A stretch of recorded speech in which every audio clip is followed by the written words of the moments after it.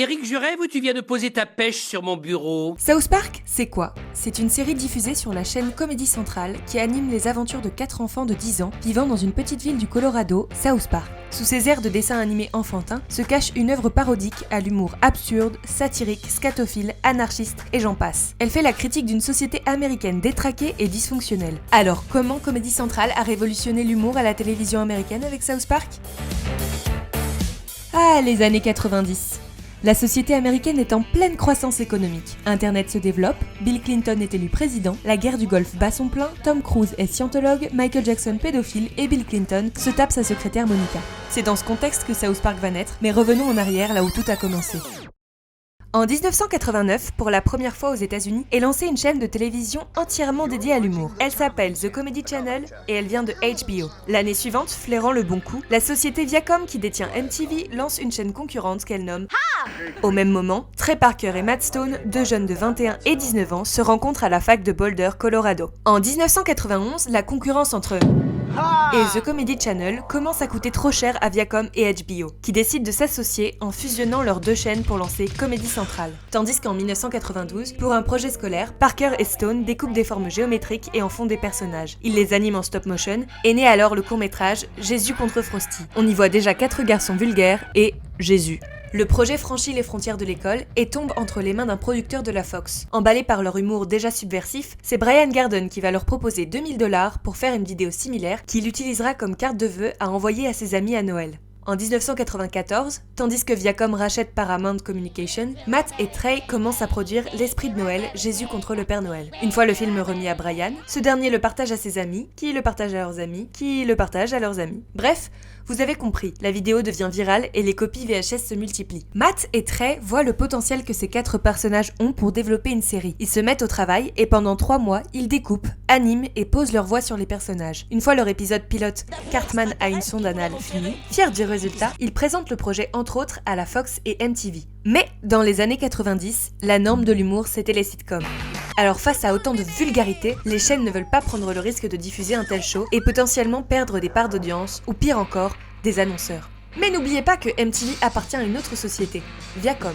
Et de son côté, Comedy Central est en grande difficulté, car elle peine à trouver du contenu original à diffuser. Ce n'est qu'en 96, dans le contexte des nouvelles élections présidentielles, que sera lancé The Daily Show. Celui-ci est un talk-show politique et satirique présenté par Craig Kilborn, dont le ton acéré va beaucoup plaire et relancer les audiences de la chaîne. Bill Clinton, candidat à la présidence, annonce dans son programme, le Telecommunication Act, une loi permettant de réguler l'accès des mineurs au contenu télévisuel pour ainsi éviter les violences, les grossesses et la consommation de drogue chez les adolescents américains. Une fois élu, Clinton met réellement en place le système de TV Parental Guidelines, système d'évaluation de la vulgarité des programmes diffusés à la télévision. Le service sera mis en place en 97 et il comprend 6 catégories de classification allant de TVY à TVMA, c'est-à-dire du tout public au déconseillé au moins de 17 ans. Dans la foulée, Larry Divney, le PDG de Comedy Central, fort du succès de The Daily Show, prend la meilleure décision de sa vie en se risquant à présenter aux Américains le premier épisode de South Park, Cartman a une sonde anale. Composée de 13 épisodes, la saison 1 de la série rencontre un énorme succès. Contrairement à ce que pensaient MTV et la Fox, les annonceurs vont même se battre pour être associés à South Park. Le succès de la série fera bondir les coûts de publicité sur la chaîne. En 1998, on passe de $7 500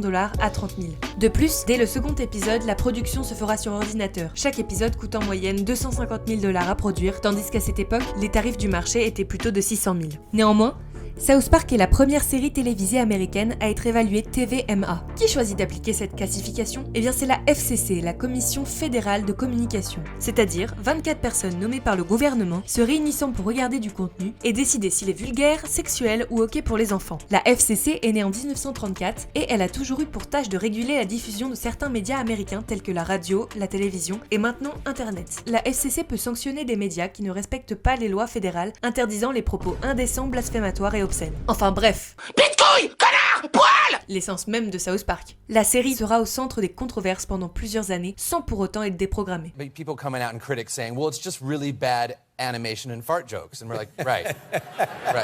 La chaîne va laisser de plus en plus de liberté à leurs auteurs et Matt et Trey vont s'en donner à cœur joie en repoussant un peu plus chaque saison les limites de l'humour. Ils gagneront même 5 Emmy Awards pour South Park. Rares sont ceux qui ont échappé à la critique incisive des deux créateurs. Ils critiquent la société américaine, les politiques, les religions, les industriels, le star system et j'en passe. Malgré ça, ils revendiquent ne pas prendre position au travers de leur contenu. La seule limite que les deux stars atteindront sera celle de la religion islamique et la représentation du prophète Mahomet. La chaîne recevra des menaces de mort visant à empêcher la diffusion des épisodes 200 et 201 de la série. Afin de protéger ses collaborateurs, la chaîne censurera toutes les apparitions du prophète ainsi que ses dialogues. The magical power of threatening people with violence. That's obviously the only true power. If there's anything we've all learned, it's that terrorizing people works. Et même si de nombreuses personnalités sont très mécontentes de leur représentation dans la série, quitte à essayer d'intimider Parker et Stone, South Park continue son chemin. Ça vous emmerde et je rentre à ma maison. Mais alors, comment au bout de 26 saisons et 323 épisodes, cette série nous fait-elle encore rire? Eh bien depuis 1997, Matt et Trey n'ont jamais délégué leur projet. Ils produisent, écrivent, mettent en scène et utilisent toujours leur propre voix dans le show. Les deux amis partagent volontairement un rythme de création effréné. Tous les ans, lorsqu'une nouvelle saison commence, ils ont en moyenne 13 épisodes à livrer. On a un épisode à livrer à la chaîne ce mercredi, et on n'a pas encore du tout commencé à l'écrire. C'est vrai qu'on a tendance à s'y prendre tard, mais on a toujours cette petite voix qui nous rappelle « Vous êtes dans la merde ». Si une telle deadline vous choque, des délais aussi intenses leur permettent de ne pas trop réfléchir, ne pas s'autocensurer ou souffrir du syndrome de la page blanche. Avec 6 jours pour écrire, ils abordent des sujets très à la page de l'actualité, allant même jusqu'à en changer la veille pour le lendemain pour s'adapter à elle. Leur succès fait indéniablement celui de Comedy Central et donc de Viacom. La société grandit et devient Paramount Global en 2022, renouvelant la série South Park jusqu'en 2027. South Park est une œuvre qui ose aller très loin pour nous faire rire. Mais derrière le rire, on nous encourage à réfléchir par nous-mêmes et à remettre en question le monde qui nous entoure et ses institutions. Et moi, je vous emmerde et je rentre à ma maison.